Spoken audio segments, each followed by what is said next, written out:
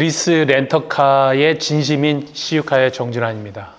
저는 오늘 렌터카 만기에 대한 이야기를 다시 한번 해보고자 합니다. 렌터카 만기에 있어서 약정을 하신 고객 입장에서 가장 중요한 게 뭔가, 가장 먼저 생각을 해야 될 것은 만기가 돼서 반납을 했을 때 처리되어야 하는 비용과, 만약에 반납을 하지 않고 다른 방법이 있어서 정리를 해야 될 때 그 금액이 반납을 할 때 처리를 해야 되는 비용보다 훨씬 더 이득이라면, 이렇게 비교할 수 있는 상황이 된다면 이런 상정을 먼저 해봐야 된다는 거고요. 우리들 머릿속에는 렌터카 회사로부터, 리스사로부터 내가 빌려 탔기 때문에 돌려줘야 한다는 강박이 좀 있는 것 같아요. 그래서 제가 항상 이야기를 드리는 게, 만기에 반납만 생각하지 말아라. 어떤 것이 나한테 이득이고 그 이득을 따라 여러분들이 행하셔도 문제 없다라는 전제를 가지고 있어야 된다. 오늘은 이런 얘기를 좀 하고 싶습니다. 내가 꼭 반납을 해야 된다는 생각을 갖고 있지 않다 하더라도 결국은 반납 vs 차량을 인수해서 판매를 하거나 약정된 개월수에 의해서 중고차 업체에게 승계를 해서 판매를 하는 완납 승계 과정에서 어떤 것이 중요한지, 어떠한 수순을 가져가야 되는지에 대해서는 아직까지 그러한 생각을 가지고 있지는 않으신 것 같아요. 리스 반납은 너무나도 명확합니다. 리스 회사에서 약정 기일이 되면 정산서상에 나와 있는 금액을 내면 되는데, 이것만 내면 된다고 이야기를 드리진 않았어요. 가치감가, 약정주행거리가 오버했었을 때의 감가, 그리고 원상 복구의 감가, 이렇게 해서 실제적으로는 5에서 7% 정도를 더 내게 된다. 내가 사고가 있었을 때는 사고 부위에 따라서 감가를 결국은 더 하게 되고, 그 감가만큼 내가 반납을 하면서 돈을 내야 된다. 서류상에 있는 것 플러스 알파, 현재 차량의 상태, 그래서 반납을 할 때의 감가 금액을 합쳐서 내가 실제적으로 내는 금액이다, 이렇게 이야기를 드렸고, 인수를 해서 판매를 하거나 업체로 승계를 해서 판매를 하는 것은 결국은 무엇이냐?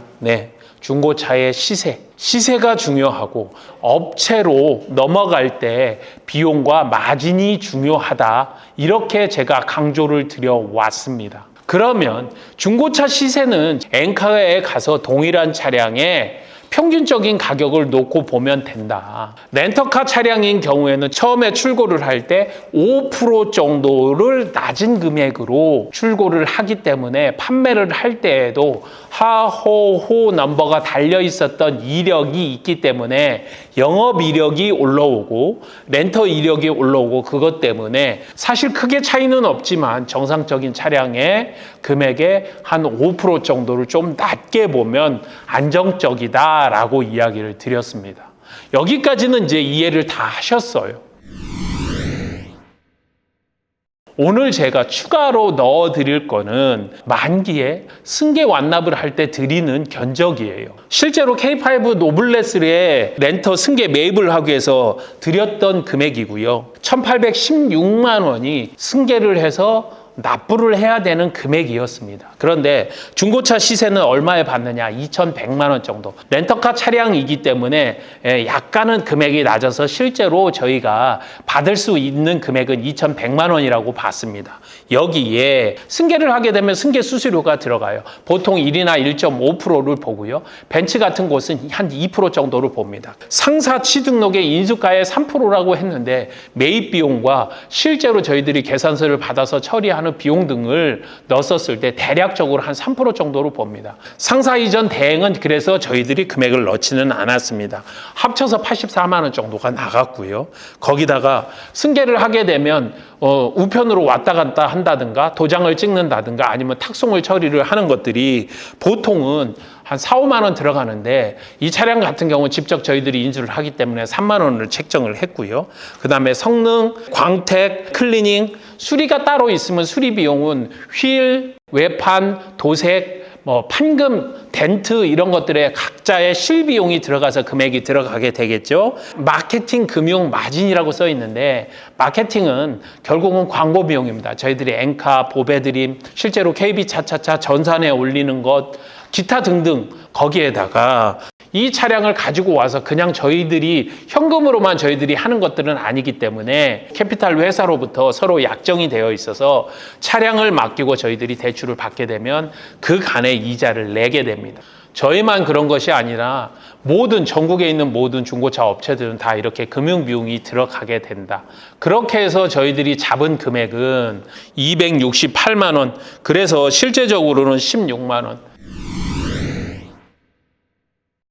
생각보다 여러분들께서 많다고 생각하실 수도 있는데요. 이 부분이 대부분 저희들이 실비용으로 들어가고 나머지 부분은 마진에 대해서는 실제로 저희들이 가져갈 수 있는 게 3에서 5%? 부가세를 내야 되는 부분도 있고 해서 실제적으로는 이렇게 많은 마진이 남지는 않게 됩니다. 제가 이야기를 드리고 싶은 것은 이것을 제가 저희 견적서를 깔려고 하는 것들이 아니라 대략적으로 이런 금액은 들어간다. 만기 때 내가 렌터를 정리를 해야 될 때, 리스를 정리를 해야 될 때 어떠한 기준으로 해야 되는 것은 명확합니다. 내가 반납 vs 승계 완납일 때, 그러면 승계 완납일 때 감이 잡히지 않을 때는 항상 이야기 드립니다. 미리 내 차 금액의 10% 정도가 빼줘야 되는 금액이구나. 그리고 남는 금액이 내가 가져갈 수 있는 금액이구나. 이렇게 꼭 생각해 보시고 가늠해 보시고, 그래도 모르시겠다면 언제든지 시유카에 연락 주시면 정확한 금액 이렇게 견적서 넣어드리면서 산출해드리겠다.